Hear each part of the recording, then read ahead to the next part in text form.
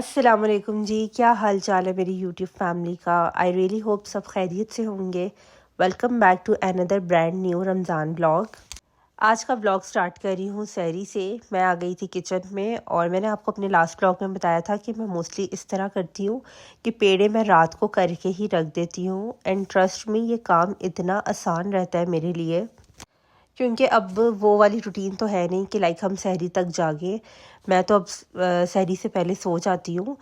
खैर यहाँ मैं किचन में आई थी और मैंने काम स्टार्ट कर दिया था। और इस दिन थी 11वीं शरीफ सहरी के टाइम। मैंने बहुत कोशिश की कि मैं कुछ रिकॉर्डिंग कर सकूं आप लोगों के लिए, लेकिन बाहर बहुत ज़्यादा रश था इसलिए मैं कुछ भी रिकॉर्ड नहीं कर सकी। तो मैंने चुप करके सहरी बनाना शुरू कर दी थी। उठते ही सबसे पहले मैं किचन के बर्तन लगाती हूँ जो रात के धुले हुए होते हैं। एक तरफ मैंने ऑमलेट भी तैयार करना शुरू कर दिया था और साथ चाय भी रख दी थी। अच्छा, ऑमलेट ना मेरे घर में सब इस तरह तोड़ के खाते हैं, लाइक बिल्कुल साबित नहीं खाते, उसको सही तोड़ के उस तरह खाया जाता है। अब्बू का पराठा मैं सबसे एंड पे बनाती हूँ क्योंकि उन्हें बिल्कुल ताज़ा ताज़ा पराठा चाहिए होता है। बाकी पराठे बना के मैं हॉट पॉट में रख देती हूँ, फिर आहिस्ता आहिस्ता आगे सब खाना शुरू कर देते हैं। अच्छा, ऑमलेट मस्ट बनता है सहरी में। ग्रेवी कोई भी साथ हो लेकिन ऑमलेट ज़रूर खाया जाता है। इसके अलावा कुछ लोग हैं जो फ्राइड एग भी लेते हैं। मैं मोस्टली फ्राइड एग लेती हूँ और अब मैंने रिसेंटली यूँ किया है कि मैं पराठे की जगह ब्राउन ब्रेड लेती हूँ, क्योंकि मुझे पराठा सूट नहीं करता, क्योंकि पराठा खा के बहुत हैवी रहता है और साथ ही सो जाना होता है, तो अब मैं अवॉइड करती हूँ। फिर इसके बाद है ये फ्राइडे वाले दिन का व्लॉग। और फ्राइडे वाले दिन मैंने इफ्तारी होस्ट की थी अपने सिस्टर इन लॉ की। उनकी दावत थी इफ्तारी पे, उन्होंने आना था। तो उठते ही सबसे पहले मैंने खाना रख दिया था। ये मेरा पहला काम होता है। मैं एक तरफ खाना रख दूँ ना, फिर मेरे लिए इफ्तारी बनाना आसान हो जाती है। एक तरफ मैंने पुलाव का मसाला रखा और एक तरफ मैंने भुना हुआ गोश्त चढ़ा दिया था। मेन फ्राइडे का भी मेन्यू यही होता है, गोश्त का पुलाव और गोश्त की ग्रेवी। इसके साथ साथ यहाँ मैंने अब इफ्तारी की तैयारी शुरू कर दी थी। एक किचन में मैंने खाना रख दिया था और यहाँ मैं अब आ गई थी इफ्तारी की तैयारी करने। सबसे पहले मैंने दही भल्ले का मसाला तैयार किया था। प्याज टमाटर काट के एक साइड पे रख दिए थे। फिर मैंने बेसन का बैटर बनाया और इसके साथ साथ मैंने आलू के कतले काट दिए थे, क्योंकि ये तो मेन्यू में मस्ट होते हैं। और विंग्स को मैंने 2-3 दिन पहले मैरिनेट करके फ्रीज़र में फ्रीज़ कर दिया था, इस तरह जिप लॉक बैग में। अब मैंने इसे फ्रीज़र से बाहर निकाल दिया था ताकि ये डीफ्रोस्ट हो सके। और इसके बाद मैंने इसकी कोटिंग कर दी थी मैदे और कॉर्नफ्लोर के साथ। साथ मैंने फुल्कियाँ मंगवा ली थी। पहले मैंने फुल्कियाँ घर बनानी थी, लेकिन टाइम की कमी की वजह से मैंने ये बेकरी से मंगवा ली थी। इसको बस मैं अब पानी में सोक करने लगी थी। और एक तरफ ये गोश्त आया हुआ था घर, मुझे इसके पैकेट बनाने थे। तो बस इस तरह काम साथ साथ चल रहा था। काफ़ी इस तरह बिज़ी और हेक्टिक डे हो गया था, but still I am not complaining. अल्हम्दुलिल्लाह फॉर एवरी लिटिल थिंग। उन तमाम चीज़ों से फ़ारिग होकर मैं दूसरे किचन में आ गई थी और यहाँ मैंने अपना जो खाना था, गोश्त मैंने रखा था, उसको अच्छी तरह भून के मैंने साइड पे कर लिया था। एक तरफ मैंने यहाँ पुलाव को भी रेडी कर लिया था।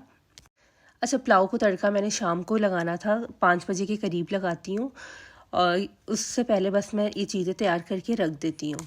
तमाम कामों से फ़ारिग होकर फाइनली मैं आ गई थी रूम में, क्योंकि जुम्मा था। और मोस्टली इस तरह होता है कि जब मेरी जुम्मे को बारी होती है किचन की, तो मेरी नमाज़ अक्सर मिस होते होते रह जाती है। लेकिन मेरी पूरी कोशिश होती है कि एटलीस्ट मैं अपनी जुम्मे की नमाज़ बिल्कुल मिस ना करूँ।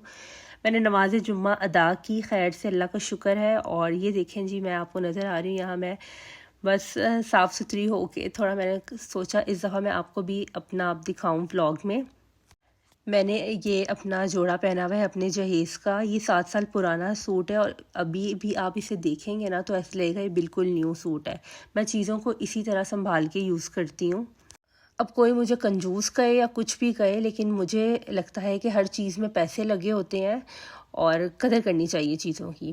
खैर, इसके बाद मैंने अपनी मोस्ट फेवरेट सूरत कहफ पढ़ी। ये मैं बिल्कुल स्किप नहीं करती, कोशिश यही करती हूँ, कभी कभी स्किप हो भी जाती है, लेकिन पूरी कोशिश होती है कि ज़रूर पढूं। और रिसेंटली मैंने कुरान पाक पढ़ना शुरू किया है ट्रांसलेशन के साथ। एंड ट्रस्ट मी, मेरा लाइफ को लेके परसेप्शन ही चेंज हो गया अल्हम्दुलिल्लाह। खैर, अब इस बारे में फिर किसी दिन बात करेंगे। मैं फिर से नमाज़ वगैरह पढ़ के किचन में आ गई थी, क्योंकि मुझे इफ्तारी की तैयारी करनी थी। फिर मैंने दही भल्ले की सारी चीज़ें तो बना ली थी। इसके बाद मैं इसकी अब असेंबलिंग करने लगी थी। एज़ यूजुअल मैंने आपको पहले भी बताया था, ये चटनी मैंने घर में बनाई हुई है। इसको मैंने अच्छे से मिक्स किया, सारे बनाए, और ये वाकई में सबको बहुत पसंद आए। मैंने रिसेंटली दही भल्ले अपनी एक हेल्पर के घर भी बना के भेजे थे और उनको भी काफ़ी अच्छे लगे थे। अच्छा, दही भल्ले मैंने इसी रमज़ान बनाना शुरू की है, लाइक सही प्रैक्टिस इस रमज़ान की है, और मुझे नहीं पता था that they will turn out so good. Even the recipe is so simple, इसमें कोई न्यूटन का लॉ नहीं है कि कोई मुश्किल लगे या कुछ भी। इससे पहले मैं अपने अब्बू के लिए लहसुन वाले सिंपल दही भल्ले बनाती रही हूँ घर में, जो कि मेरे अब्बू को बहुत ज़्यादा पसंद है। खैर, यहाँ मेरे दही भल्ले रेडी हो गए थे। इसके बाद मैंने सैंडविचेस की तैयारी शुरू कर दी थी। सैंडविचेस का जो मसाला है वो मैंने बना दिया था। अच्छा, ये बहुत सिंपल से सैंडविचेस हैं और घर में बहुत शौक से भी खाए जाते हैं।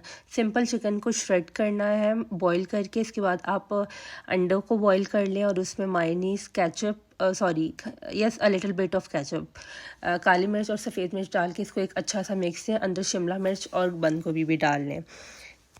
अच्छा, इसके बाद मैंने फ्राइंग का काम शुरू करना था, तो मैंने सोचा कि मैं सैंडविचेस और दही भल्ले का जितना काम है वो इस किचन में कंप्लीट करके जाऊं। यहाँ मेरे सैंडविचेस रेडी हो गए थे और इन्हें मैंने हॉट पॉट में रख दिया था। इसके बाद मैंने इसे डिश आउट करना था इफ्तारी के टाइम। चिकन यहाँ मेरा डीप रोस्ट हो चुका था और बस इसको मैं अब फ्राई करने के लिए लेकर जाने लगी थी। साथ साथ मैंने चटनी या रायता, आप कुछ भी कह लें, वो भी तैयार कर लिया था। अच्छा, इफ्तारी में ना समोसे, पकौड़े या कुछ भी हो, उनके साथ रायता भी ज़रूर खाया जाता है घर में। यहाँ मैंने ज़बरदस्ती फ्रूट चाट रेडी कर ली थी। अच्छा, ये वाली डे फ्रेश की क्रीम, डेरी क्रीम मैंने फ़र्स्ट टाइम यूज़ की थी और मुझे काफ़ी अच्छी लगी। इसकी कंसिस्टेंसी भी थोड़ी थिक थी ऑल पर्स क्रीम से। उस किचन से फ़ारिग हो के जो भी मुझे काम थे जो मैंने आपको बताए, अब मैं आ गई थी फाइनली इस किचन में, जो कि मेन किचन है जहाँ कुकिंग होती है। यहाँ मैं अब सारा जो फ्राइंग का काम था वो स्टार्ट करने लगी थी। सबसे पहले जो काम है वो मैंने आलू के कतले फ्राई करना शुरू कर दिए थे।